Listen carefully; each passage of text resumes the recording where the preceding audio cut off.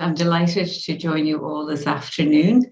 I suppose, in the next 30 minutes or so, I'll describe some of the many businesses that the Interface team has worked with, and draw out some of the key, I suppose, opportunities, particularly for chemistry and chemical sciences research across Scotland, and also then perhaps bring some thoughts and observations of the past 15 years as to what works well and what could be improved with respect to generating academic business links.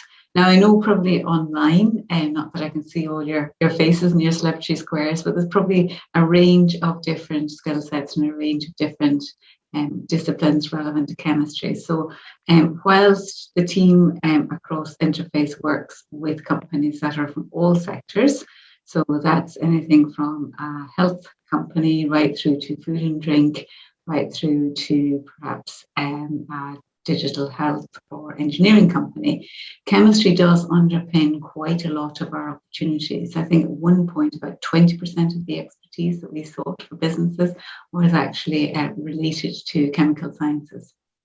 So I'm going to endeavour to share my screen of my presentation that I have just set in motion here. So hopefully this will give you the opportunity to see the presentation. Great. Well, let's just start at the kind of very beginning in terms of one of the fantastic things about Scotland and Scotland's universities. It's a worldwide reputation for excellence. In Scotland, we've got 19 different universities, 4 different research institutes, 26 colleges.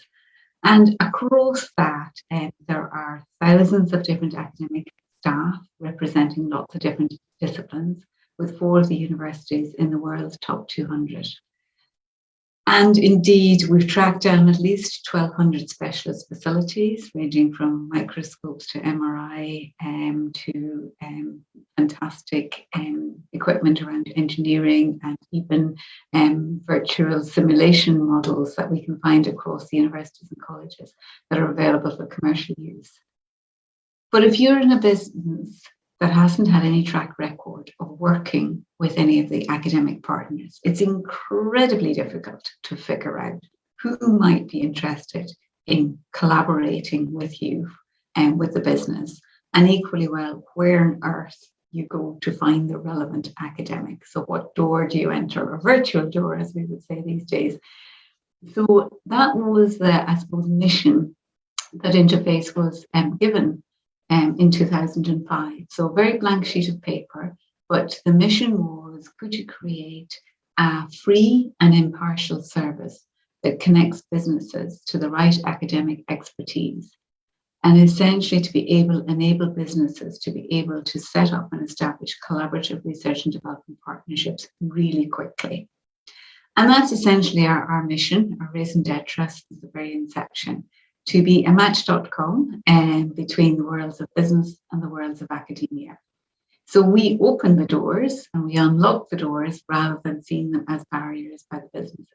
But you can appreciate for many businesses that perhaps may just consider that universities are hallowed places and they don't speak the right language, or that they produce graduates that their businesses don't take on, it becomes quite a daunting prospect, or paralysis prospect. So unlocking the doors is our mission, and really to enable business academic collaborations for both economic and societal benefit. And I'll come back to that in a minute with respect to the societal benefit, which is equally just as important as the economic benefit. So our vision is twofold. One is to be inspiring businesses and organisations throughout Scotland and globally to actually consider how they can collaborate with Scottish universities, but also to work with people like yourselves to encourage the academic community, that the academic community is very well placed to respond to the requirements of companies. And if you think about Scotland, we are particularly, I suppose, challenged, or a huge opportunity, that so many of the businesses in Scotland are small, medium-sized enterprises. So about 97% of companies in Scotland have less than 250 employees. Now, the opportunity is that you can get to decision makers really, really quickly. and in fact, the decision makers are based in Scotland. The challenge is the fact that small, medium-sized enterprises, and I'll illustrate this in some of the case examples, may need, I suppose, wraparound support with respect to how to offset the cost of working with academia. In terms of the interface organisation, we're a team of 20 and we are scattered throughout the whole of Scotland. We've got staff from Inverness down to Dumfries. All of our staff are very focused on supporting those two key areas, supporting businesses and supporting the academic community. And I would hope that that's very visible through the values and through the exemplar service that we offer. And in recent surveys, both to our business community and our academic community, we've got 100% satisfaction rating. So I think that probably is a good indication of how we try as a team to go the extra mile. So, what does Interface do? What does Match.com look like in reality in matching the worlds of business and academia? Well, we offer a central point of access for industry and other organisations. And really that role and that word is around navigation, because sometimes it can be quite tricky for a business to understand. There might be very different ways of supporting. Perhaps they can come directly to the university, perhaps they come via an innovation centre, perhaps they are referred into work with Interface, they could be referred into work with an enterprise agency. And I suppose our key opportunity in all of this is where can we add value? If the company is already working with the university, that's fantastic. It might not need any further support from us. But if it actually has perhaps relationships with one university and wants to establish a new relationship in a completely different area, then that's something that we will certainly help and support. The beauty is we can access all areas, and that's access all areas in all scientific disciplines and also social sciences, arts and humanities, but also we can help all businesses, no matter what size, what scale, what sector. So access all areas is a key USP. I've mentioned that we are very fortunate to have had a very high satisfaction rating from both the organisations that we help, the client companies as we term them, along with our university partners. And I think we've a strong, reputable reputation for very efficient processes. And that's wrapping around not just finding academic expertise, but also brokering the collaborations, establishing the discussions, and also supporting what funding might be available to offset the partnership.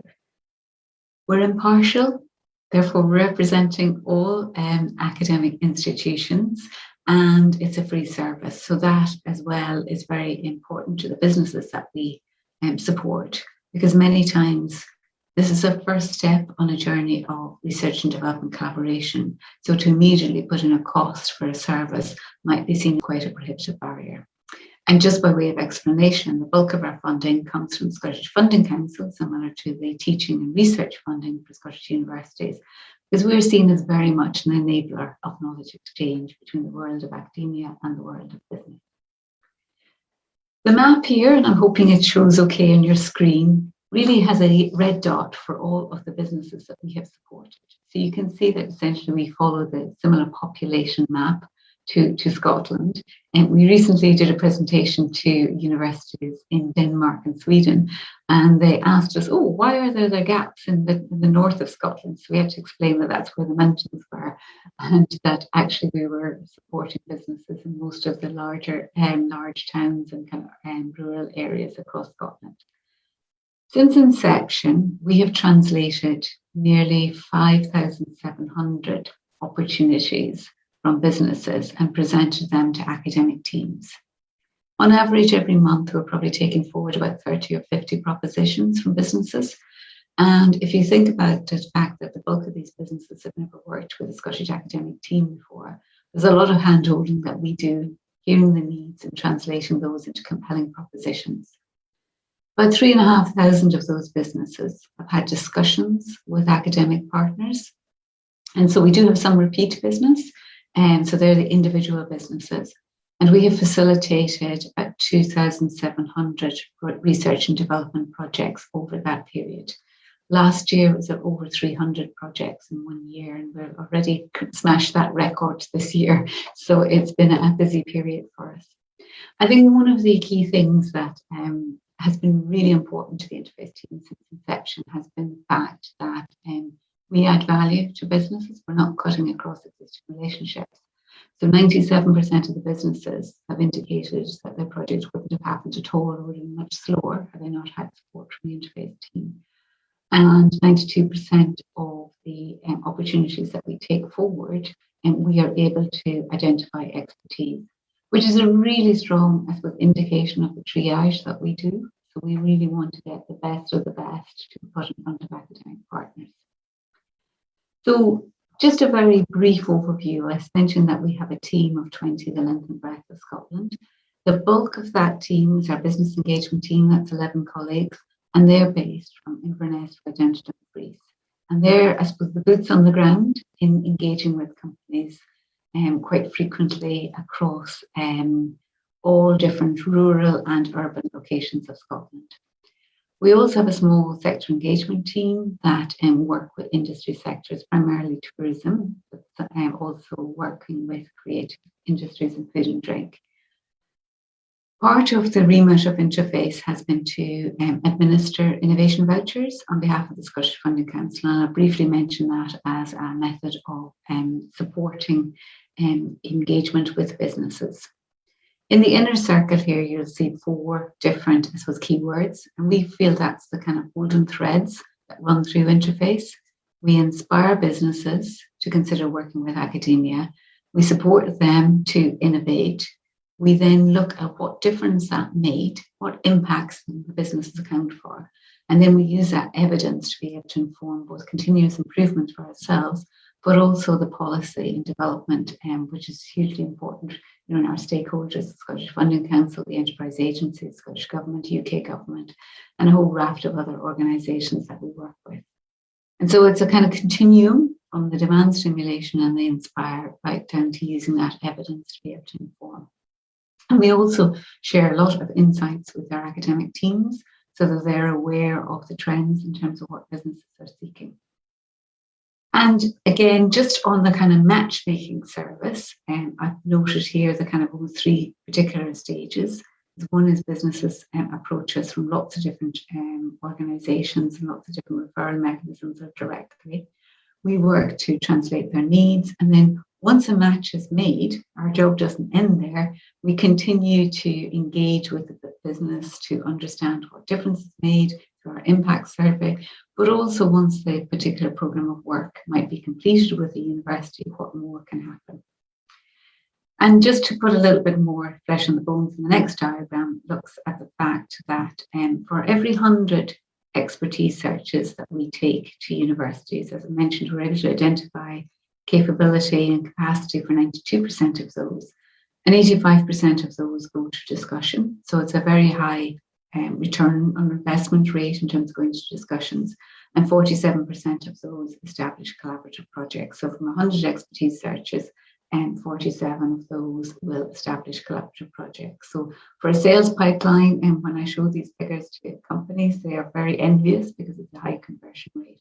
I think we kind of feel that doing the work up front, working with the business to manage expectations is hugely important. And this, I suppose, linear map, not that it is linear, really just shows all the different stages that we as a team undertake to make sure that we are maximising engagement, but also capturing impacts. And that's hugely important to us through our CRM system.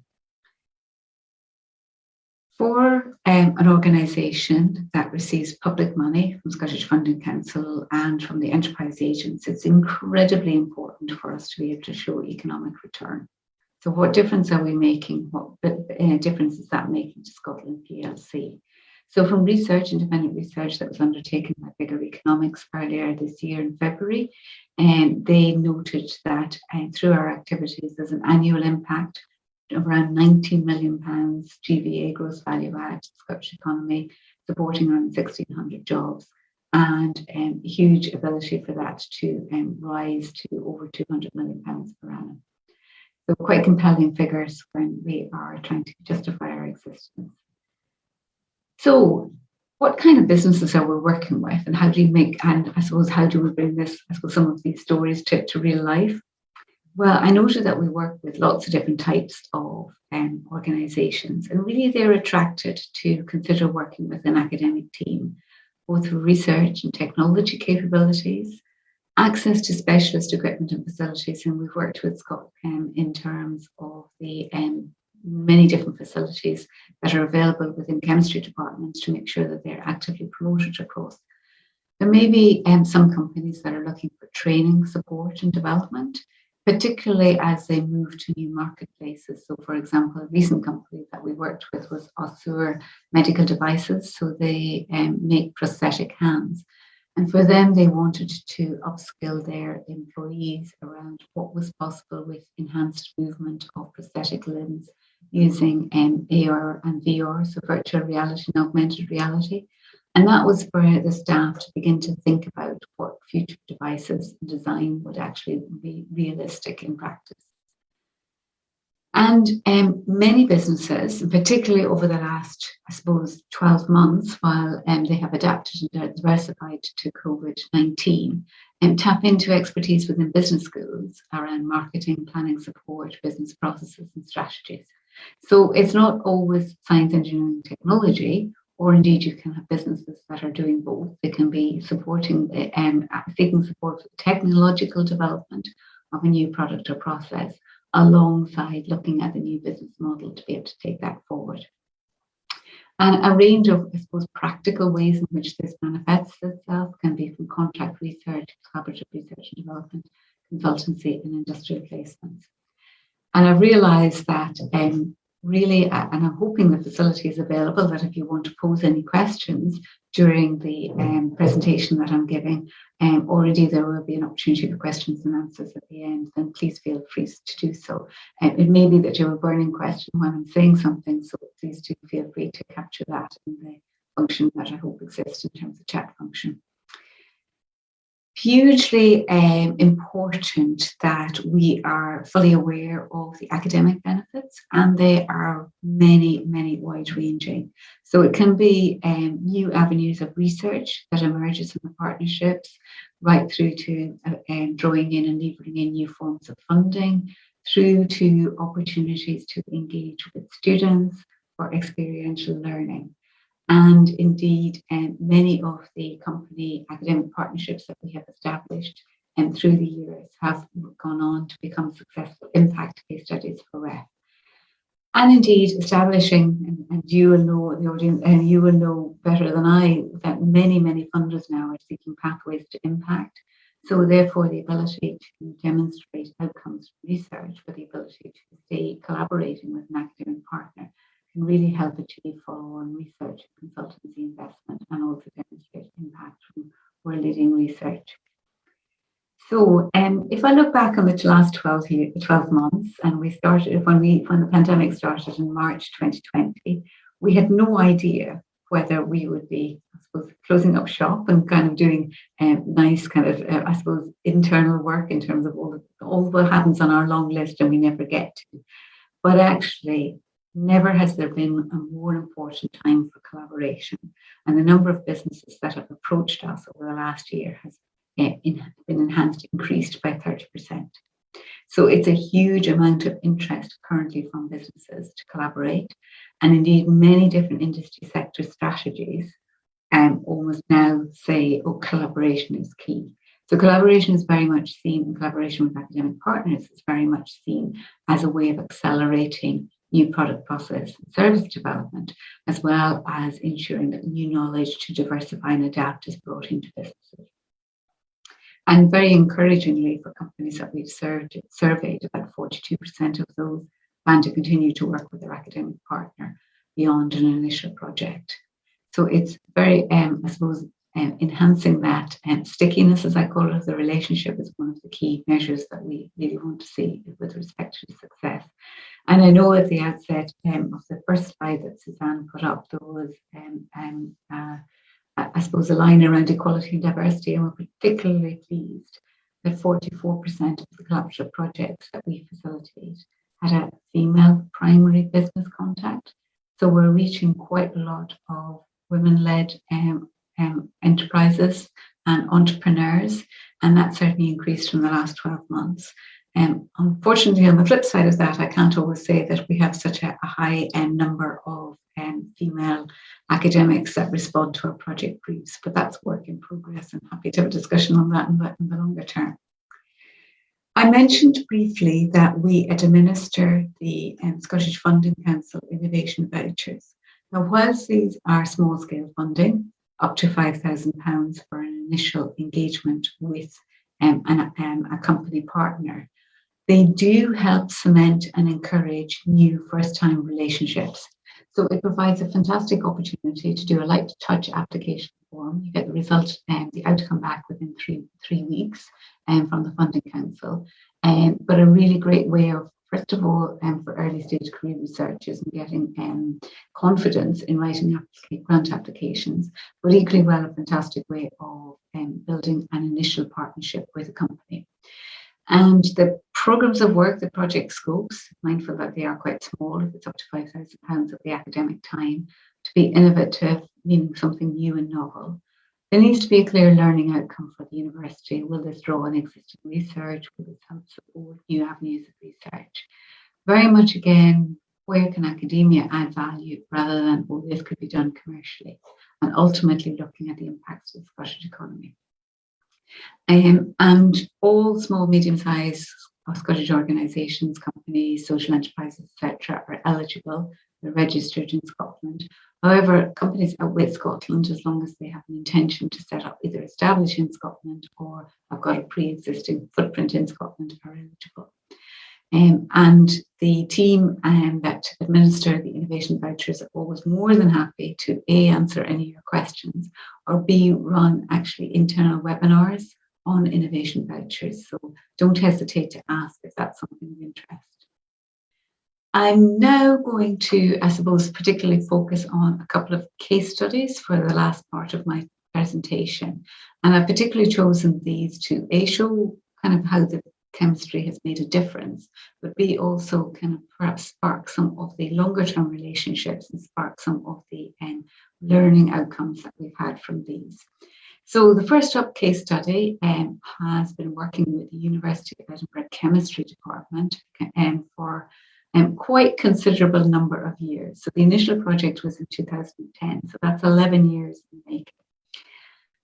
And the initial project was very much a very entrepreneurial businessman, Andrew Bissell, who came to us with a particular challenge and said he wanted to develop new heat batteries that were based on particular material science called phase change materials. And I have a brief video that I'm hoping is going to work, which I'm going to show you in a minute, that can then explains how that partnership has grown. But it is tremendously exciting for us that when we started working with that company, there was Andrew and one other colleague, and that's now grown to 53 employees, and many have been taken on from the University of Edinburgh Chemistry Department. So it has been hugely exciting to be able to see such a growth in a company that's been built and born and built in Scotland, but also has such a commitment to research and development, and continues to raise significant investment and scale. So most recently in August 2020, they raised 4.5 million in Series A financing. So my technical skills are now going to see whether I can play this video for you. So bear with me and we'll see pressing it and hoping that it does come live stream.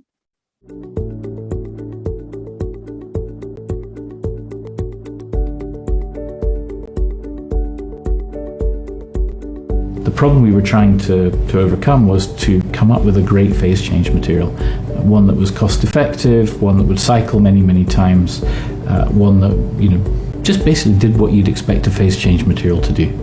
Melt and freeze cleanly, absorb a lot of energy when it melts, release the energy when it freezes, and turned out the market wasn't really offering that in the way that we wanted. So we went looking for a solution.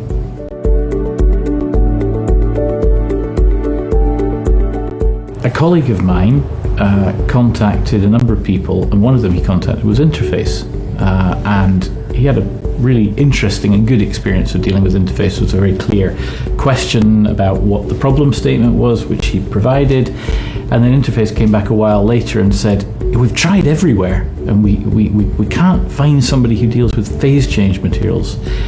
But would somebody who deals with nucleation or crystallization be a good person? And we both looked at each other and we said, yeah, that sounds exactly like the sort of person that we want. And it was from there that we got introduced to Colin, and or Professor Pulham, to give him his proper title. And the rest is very good history. I think there are numerous benefits, not least is the collaborative research and indeed funding. We also, I think, experienced the excitement, if you like, of working close to a startup company with all of the challenges which are associated with it.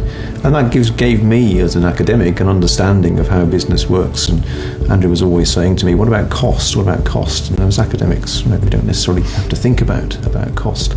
And actually, it's given me a new research area, which I think is, I would not be in this area without Andrew's involvement. And that's really very, very, very important. And then the final aspect is the demonstration of socio-economic impact, which UK government is very interested in, Scottish government is very interested in. And this is all about demonstrating how research in laboratories, in academic institutions can improve, make a socio-economic impact. And this is an excellent example of a really good story of how fundamental research has been applied, translated, and is actually changing the quality of people's lives and having an economic impact.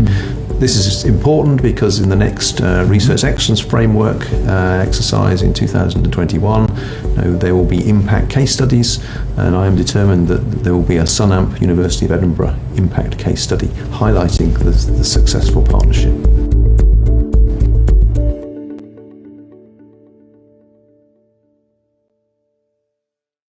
Hope you can see the screen now again. But essentially, Andrew and Professor Colin Pullman from the University of Edinburgh described their partnership, but also the fact that the initial research that Professor Pullman had been doing in the chemistry department in Edinburgh was of relation to the defence sector. And so they had never thought about the application of the technology and the work that they were doing actually in crystallization for actually deploying it in heat batteries. And to really build on the story that they will tell, is the first experiment that they did, which they got funded on the Scottish Funding Council Innovation Voucher, didn't actually work at all. And so actually it was in the closeout meeting of that first small scale program that they started to kind of toss around ideas as to what might be possible and what other materials could they trial. And Colin came up with a couple of suggestions. Obviously, they had exhausted the first kind of piece of funding that they could use, but they were quite fortunate in being able to utilise a summer intern studentship to be able to test the second series of phase change materials.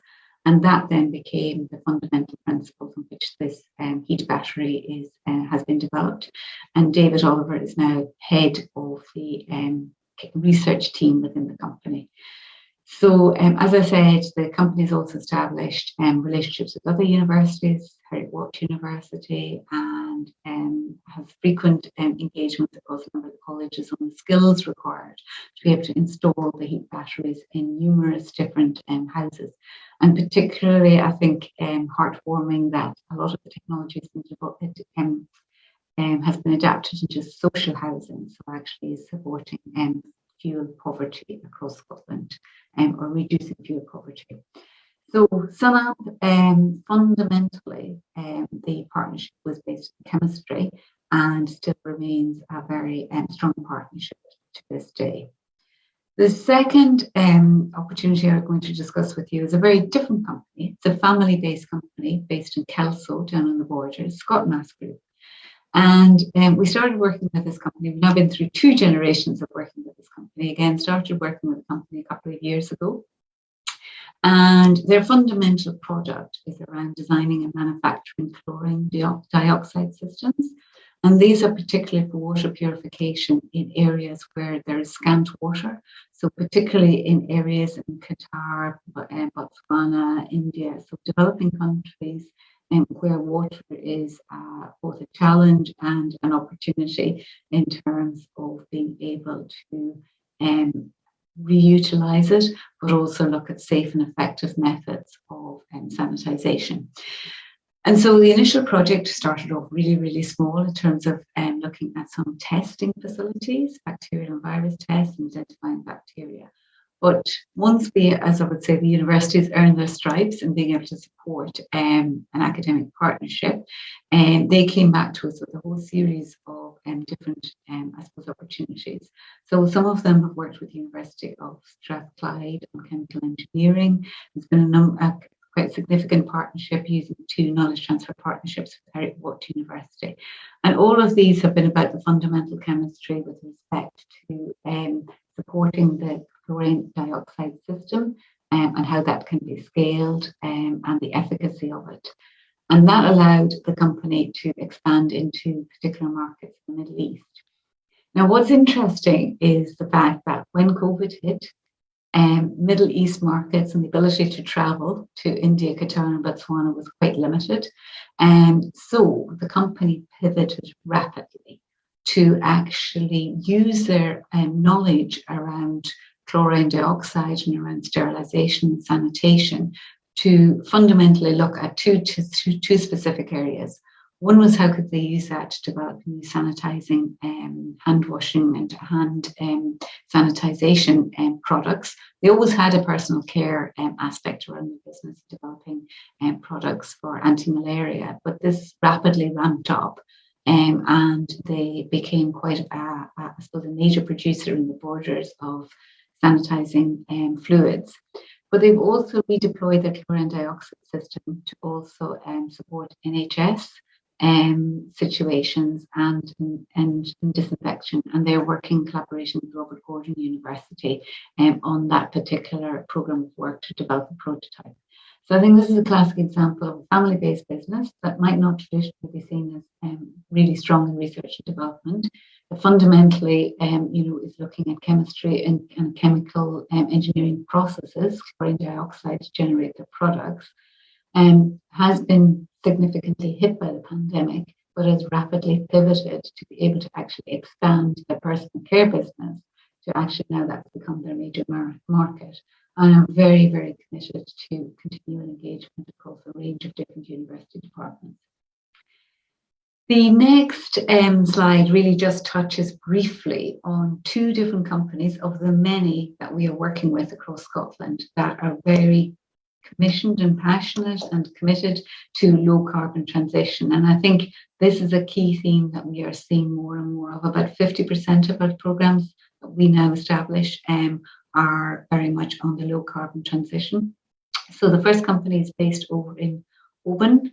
It also has a footprint in central Scotland as well, Coontech. Some of you may be aware of them, but essentially they use chitin that is extracted from exoskeletons to be able to become an alternative packaging. So rather than marine life being challenged with plastic bags, etc., the natural chitin that actually occurs naturally is the feedstock that can generate new packaging. And so they have tapped into a range of different expertise across a number of different universities, and more recently have been accessing specialist facilities to be able to, support the chitin and the extraction methods and the formulation of the chitin that they're extracting. And the other gentleman on the right side, Seawater Solutions, are again very committed to low carbon transition and looking at how best seawater enhancement and the chemistry of seawater can really support transition to low carbon. So I use these as by way of example to kind of emphasize the importance of that theme and how many businesses are really looking to academic partners to collaborate with respect to their supporting their net zero goals. The final case example is nothing got to do with chemistry, but actually shows how from small very small acorns, large collaborations can grow. And again, to show the range of companies that we work with. This particular company happened to be Scotland's largest independent manufacturer of beds. And they started off with a very small student-led project with the University of Strathclyde, design, manufacturing and engineering at the University of Strathclyde, and have grown to draw in significant funding through knowledge transfer partnerships funded through Innovate UK. So I think this ladder is very indicative of the, I suppose, confidence that we need to instill in many businesses, and particularly Scottish businesses, to be able to work with academia.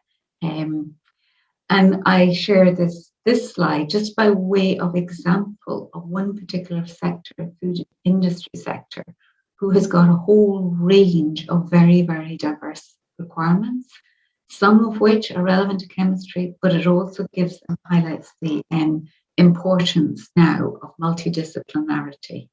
So it is just as likely that companies accessing chemistry will also need to work on data and sensing technologies, or it may be that they're working on waste and need to look at formulation, or it may be that they're working with chemists on particular aspects of new different underpinning technologies, but also need to marry that with how does that work for consumer demand. So a lot of the sectors, particularly in food and drink, whiskey to some of the big food and drink companies, will seek to access chemical sciences expertise or chemistry because of how important the fundamentals are to actually their products, processes and services. And that's right across from primary production to retail. And I used the packaging example in the last case study, and many of the big retailers are certainly increasingly wanting to look at more sustainable packaging, and that's a huge opportunity for many of the chemists that may be online on this call in terms of enhancers in material science. So I think one of the successes for partnerships with universities and the companies has been the fact that working with universities helps small businesses to prove early stage concepts. And if we look at the case example of Sunam, for example, when they started working with the School of Chemistry within the University of Edinburgh, they had an idea, but they had absolutely no proof of concept, but they've managed to scale and grow. And if we just on the slide here shares the amount of funding that has been raised by companies who we've brokered partnerships with universities over the last 12 months. And that's information that we tracked in the public domain. So there might be a lot more funding that's been raised through things that we don't actually know. But over £20 million was raised by 20 companies to significantly scale and grow. And that's important for, I suppose, Scotland's economy, but equally well the fact that the universities are involved in such a range of very exciting companies. I briefly mentioned at the outset that I would conclude in looking at what works well and what could be improved. And I'm sharing these, but hope that they perhaps would lead to a question and answer session, or somebody to kind of pose or answer and address some of these opportunities and challenges. So I've mentioned hopefully throughout the case studies that really one of the key strengths that Scotland offers businesses is the diversity. And that's very much that diversity in the relative case studies that we have. We have over 200 case studies on our website, and that's not obviously, that's only a fraction of the businesses that we've worked with. But that's one of the key strengths, is the diversity of both disciplines and ways of working can really inspire businesses, no matter where they're located. And that's just as important to a global business that might be considering investing in Scotland to be able to showcase here's how universities can work with you, in it is to a food and drink company that's based up in Shetland. One of the, I suppose, opportunities that we always say is we are walking encyclopedias in the interface team of what goes on, or what might be possible from across the talent, expertise and knowledge. So we're very much on the inspiring and exploring. I keep saying every mission is possible. So very much looking at how can we make those connections rapidly and inspiring the businesses to what is possible. Across the universities, there have been a series of standard legal templates that have been agreed for a number of different programs and ways of working. And I think this provides huge confidence to the businesses, because immediately they start a conversation with us, they will say, oh, and what about intellectual property? And it's been hugely encouraging to be able to say to those businesses, well, actually, both Scottish universities have a series of 15 different standard legal templates that really help be the, I suppose, starting point for making sure that everybody's clear about intellectual property sharing at the outset. And as interface, offering an impartial, free and rapid response is very much, I suppose, helps the business to understand that we will do their best to find relevant expertise. It's a 2-week turnaround time from when we submit opportunities to the academic institutions or via ScotCHEM and via Alan, is a 2-week turnaround time to gathering expressions of interest. And whilst I suppose part of my presentation has been very much seen as very positive, there are challenges. And so I think patience and persistence can be our middle words. There are, I suppose, that triage up front is very important for us, that we genuinely want to work with companies that are committed to research and development, rather than seeing us or seeing access to university as a way of selling in their products. So that's something that we want to be really careful about. We want to be very careful that there are either the correct financial incentives, so the company is eligible to draw in finance, be it through enterprise agencies or be it through some of the other UKRI programs, or has the finance themselves to be able to commit to. And also that they are aware of timescales to make decisions. We all recognise that companies can have many different priorities, from sales to managing people resources. But equally well, you do want, if you start establishing expertise or you start discussions happening with an academic team, you do want to remind them to progress in a timely fashion rather than, I suppose, petering out due to lack of enthusiasm all around. And finally, I suppose these are some of the considerations that we ask companies up front. And this just gives you an idea of some of the kind of, I suppose, information that we gather. What's the motivation for the company in establishing a partnership with Scottish University or College? Have they actually partnered with the university either locally or globally previously? Do they understand blue sky research, but equally well how that can be applied to support their particular collaboration?